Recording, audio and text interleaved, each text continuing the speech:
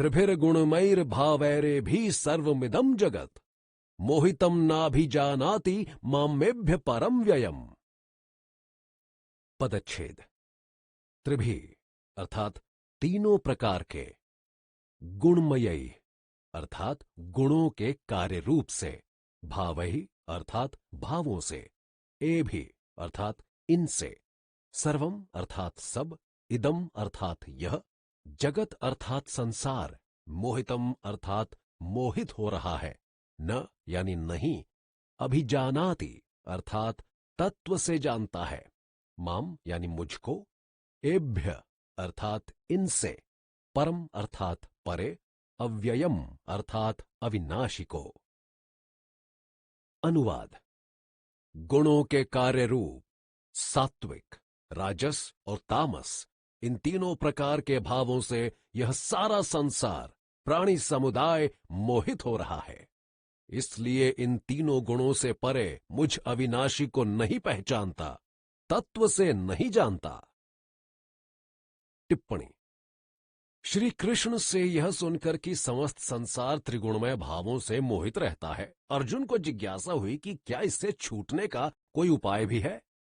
इसके उत्तर में भगवान अपनी माया को दुस्तर बतलाते हैं, किंतु साथ ही उसे तरने का उपाय भी सूचित करते हैं। दैवी हेषा गुणमयी मम माया दुरत्यया मामेव ये प्रब्द्यन्ते माया मेताम तरन्ति ते। पदच्छेद। दैवी अर्थात अलौकिक, ही अर्थात निसंदेह, ऐशा अर्थात यह, गुणमयी अर्थात तीन गुणों वाली, मम यानी मेरी, माया अर्थात माया, दुर्त्यया अर्थात कठिनता से पार होने योग्य, माम यानी मुझको, एव ही ये यानी जो, प्रपद्यन्ते अर्थात शरण में आ जाते हैं, मायाम यानी माया को, एताम अर्थात इसको, तरंती पार कर जाते हैं, ते यानी वे। अनुवाद। निसंदेह यह अलौकिक अर्थात अत्यद्भुत तीन गुणों वाली त्रिगुणात्मिका मेरी माया बड़ी दुस्तर यानी कठिनता से पार होने वाली है, परंतु जो मेरी ही शरण में आ जाते हैं अर्थात केवल मुझको ही निरंतर भजते हैं, वे इस माया को लांघ जाते हैं यानी संसार से तर जाते हैं। टिप्पणी। यह जान लेने पर कि माया बड़ी दुस्तर है और उसको तरने का एकमात्र उपाय भगवद भजन ही है, अर्जुन श्री कृष्ण से प्रश्न करता है कि भगवान, जब ऐसा है तो सब लोग निरंतर आपका भजन ही क्यों नहीं करते। इसका उत्तर देते हुए भगवान कहते हैं, नमाम दुष्कृतिनो मूढ़ा प्रबद्यन्ते नराधमः माययापहृत ज्ञाना आसुरम भावमाश्रितः। पदच्छेद।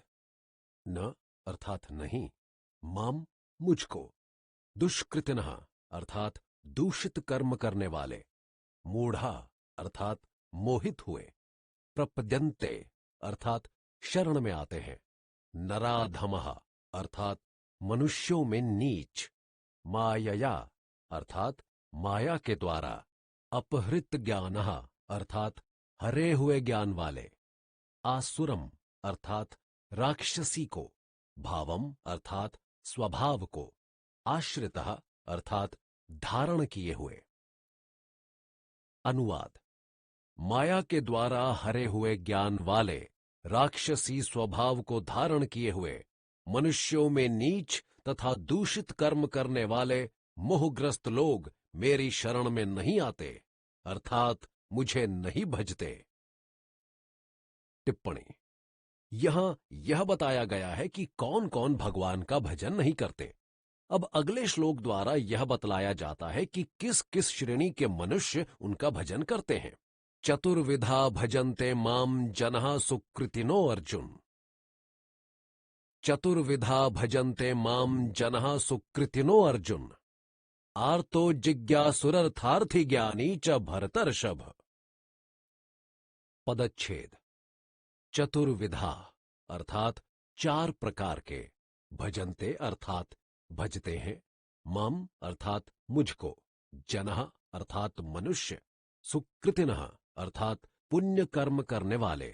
अर्जुन अर्थात हे अर्जुन। आर्तः अर्थात दुखी। जिज्ञासु अर्थात ब्रह्म ज्ञान प्राप्त करने की इच्छा वाला। अर्थार्थी अर्थात भोग्य पदार्थों की कामना वाला। ज्ञानी अर्थात भगवान के यथार्थ तत्व को जानने वाला निष्कामी। च यानी और। भरतर्षभ अर्थात हे भरतवंशियों में श्रेष्ठ। अनुवाद।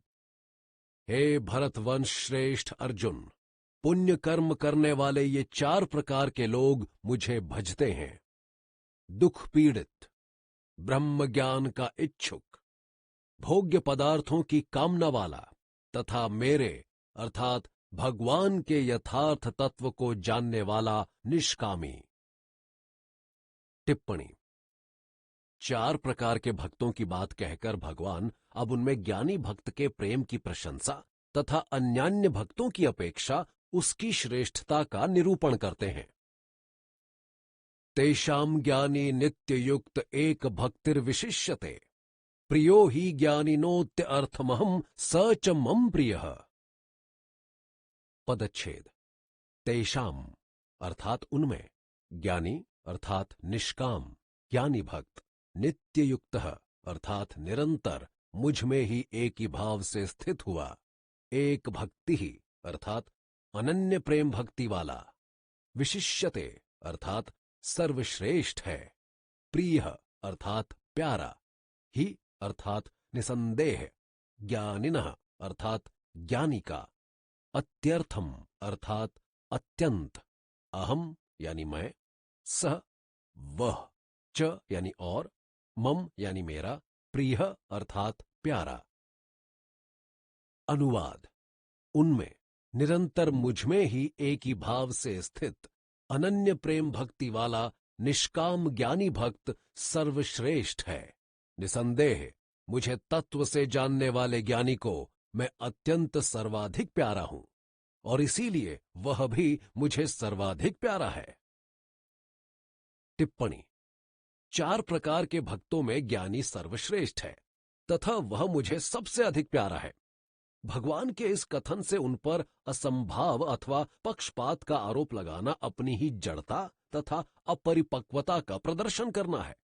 अन्य 3 वर्गों के भक्तों आर्त, जिज्ञासु तथा अर्थार्थी की अपेक्षा यदि ज्ञानी को वे श्रेष्ठतर समझते हैं तो उसका विशिष्ट कारण है, और वह कारण यह है कि इन तीनों श्रेणियों के भक्त सकाम होते हैं और ज्ञानी नितांत निष्काम होता है। बताई गई तीनों कोटियों के भक्त भगवान का भजन करते हैं अवश्य, किंतु केवल अपनी कामना पूर्ति एवं स्वार्थ सिद्धि के लिए। जहां उनका लक्ष्य पूरा हुआ वे भगवान को भी बड़ी सहजता से भुला देते हैं। आत्महित और निजी लाभ उनका प्रथम व प्रधान ध्येय है, ईश चिंतन मात्र गौण व प्रासंगिक। ऐसी स्थिति में उनके भजन में वह लगन और तड़प नहीं होती जो एक ज्ञानी के में होती है, अतः वह उनसे श्रेष्ठतर हुआ। एक ज्ञानी तो होता ही है स्वभावतः निष्काम। जब किसी साधक को भगवान के यथार्थ तत्व तथा रहस्य की सम्यक उपलब्धि हो चुकी होती है, उसे सर्वत्र सर्वदा और सब कुछ भगवत स्वरूप ही दिखता है तथा भगवान को ही एकमात्र परम श्रेष्ठ और परम प्रियतम जान लेने के कारण उसके मन बुद्धि संपूर्ण आसक्ति, आकांक्षाओं, कामनाओं व तृष्णाओं से सर्वथा रहित होकर केवल भगवान में ही लीन हो रहे होते हैं। तभी वह ज्ञानी कहलाने का अधिकारी बनता है। ऐसा हो जाने पर वह नित्य युक्त भी कहलाता है, क्योंकि संसार, शरीर और अपने आप को पूरी तरह भूलकर वह अनन्य भाव से नित्य निरंतर केवल परमात्मा में ही स्थित रहता है। और एक भक्ति भी, क्योंकि वह भगवान में ही हेतु रहित तथा अविरल प्रेम करता है। स्पष्टतः परमात्म ध्यान के विषय में एक निष्काम ज्ञानी जो पल प्रतिपल ईश्वर की ही याद में खोया रहता है, तथा अन्य तीनों प्रकार के सकाम भक्तों की जो अपने स्वार्थ की पूर्ति के लिए ही कभी कभार ईश्वर को याद कर लेते हैं, आपस में कोई तुलना नहीं। फिर क्या आश्चर्य यदि परमात्मा को सर्वाधिक चाहने वाले भक्त को परमात्मा भी सर्वाधिक चाहने लगे। इस प्रकार श्री कृष्ण भगवान ने ज्ञानी भक्त को सबसे श्रेष्ठ और प्रिय बतलाया। इस पर यह शंका हो सकती है कि फिर क्या दूसरे भक्त श्रेष्ठ और प्रिय नहीं हैं? अर्थात क्या अन्य 3 प्रकार के भक्त भगवान को प्यारे नहीं लगते? इसका उत्तर देते हुए श्री कृष्ण कहते हैं,